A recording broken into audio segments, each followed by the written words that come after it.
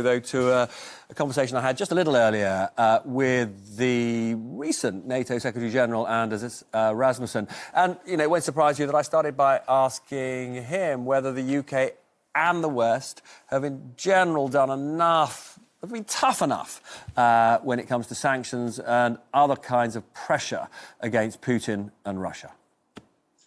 Yeah, well, but I want to look at the bright sides.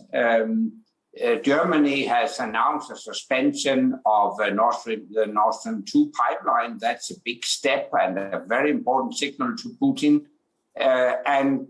Both the EU and the US and also the UK have announced financial sanctions against banks and individuals in Russia. So I think all that is good. But alongside that, we need to step up the delivery of lethal weapons to Ukraine so that the Ukrainians will be more capable to defend themselves against a Russian aggressor. Now, you've had plenty of dealings with Vladimir Putin in your career. Do you think he has a plan? Yeah, well, his primary plan was expressed 2 days ago when he actually denied Ukraine's right to exist as an independent state. So I think his primary goal would be to capture all of Ukraine and annex it into the Russian Federation. If he can't achieve that, I think he would occupy the whole of eastern Ukraine and use that as a tool to prevent Ukraine from acceding NATO and also the European Union.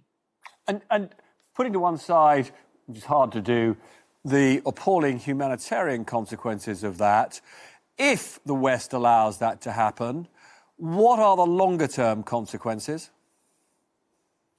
The longer-term consequences would be disastrous, because if we allow this to happen, then Putin would succeed in creating a new world order. Since the end of the Second World War, we have had a world governed by international law, but that wants Putin to replace by the law of the strongest.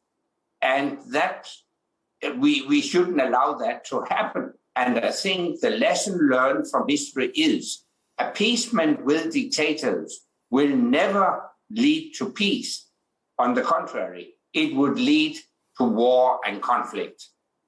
Now, some of my security sources think that the way that he's conducting himself, in particular his appearances on television, make him look, I mean, to coin a phrase, a bit unhinged, a bit mad. Do you think that is a possible problem? It might be. I mean, the Russian behavior right now, it's not rational, it's not logical. So I wouldn't exclude the possibility that Putin has gone crazy. And we saw recently how he actually humiliated his advisors. So I don't think we are confronted with a man who is thinking along rational lines. Do you think there's anybody around him, though, with the power to rein him in? No, and that's a problem. He acts like a dictator. If he listens to anybody, his advisors give him bad advice, and that's really the dangerous thing here. So if the West sends two weak signals, then it would send as a wrong message to Putin. I mean, if you look at the history of the last few years, you know, we had, I think it was when you were NATO Secretary-General, you know, we had him taking control of Crimea. We have had poisonings in Britain by, Putin's people. We've had the chaos caused around Georgia. Why has it taken us so long to recognise the threat that this man poses? Is it just that we became too dependent on oil and gas? London became too dependent on oligarchs' money? Why have we been so slow?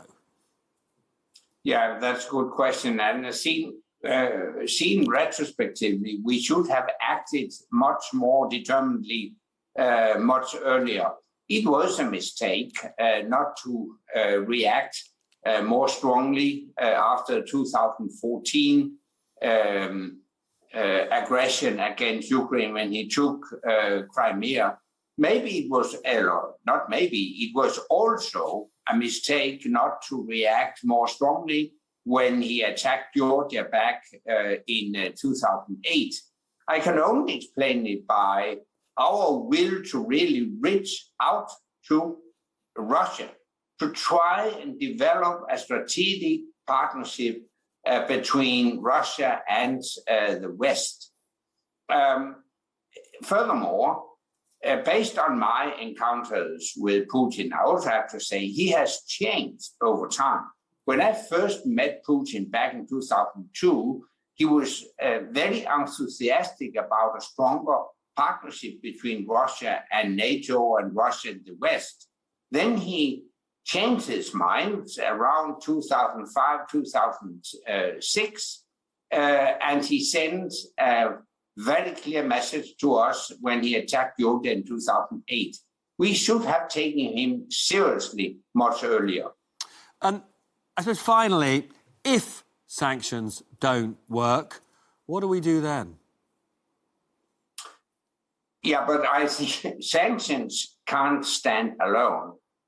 We should hit him hard economically, much harder than we have done already. I mean, Russia should be cut off from Western money.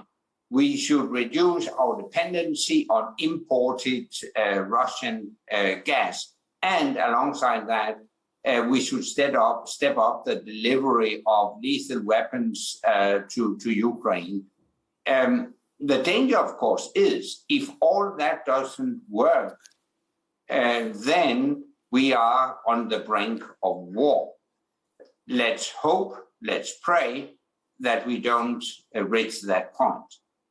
But just to be clear, we can't eliminate the possibility that we may have to get involved more directly militarily. Unfortunately, we can't exclude that. We saw already in the run-up to the Second World War in the 30s how dangerous it is if you give concessions to a scrupulous dictator. We should learn from that. That must not happen once again. So let's hope the best, but prepare for the worst. Anders Fogh Rasmussen, very good to talk to you. You're welcome.